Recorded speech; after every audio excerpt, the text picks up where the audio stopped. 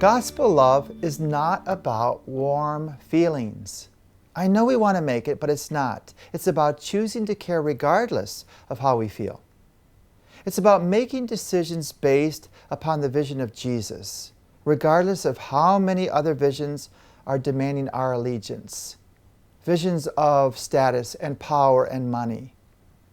If we wait until we feel like loving, well, we may never, in fact, get around to loving. Gospel love is about the will, without paying any attention to all of the emotions.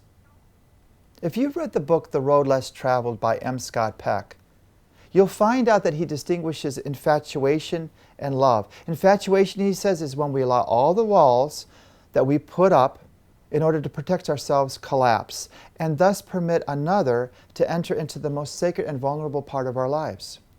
We think that in such a way we're becoming one with another, because there are no more walls to divide us, except that before long, our walls begin to go up. One by one by one, they go right back to where they were. On the other hand, notes Peck, real love is not about collapsing our walls, but about expanding them in a never-ending fashion, thereby choosing to allow more and more people into the deepest portions of our lives. Real love is the choices we make and not feelings that we experience.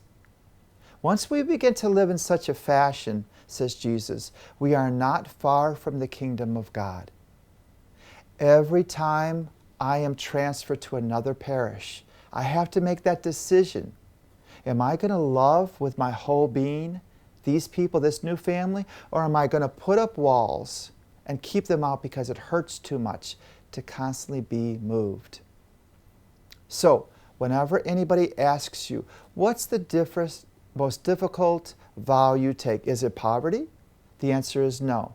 Is it chastity? The answer is no. Is it obedience? Absolutely. Because obedience calls us to this uncommon wisdom of letting down our walls, not because it feels good, but because God asks us to.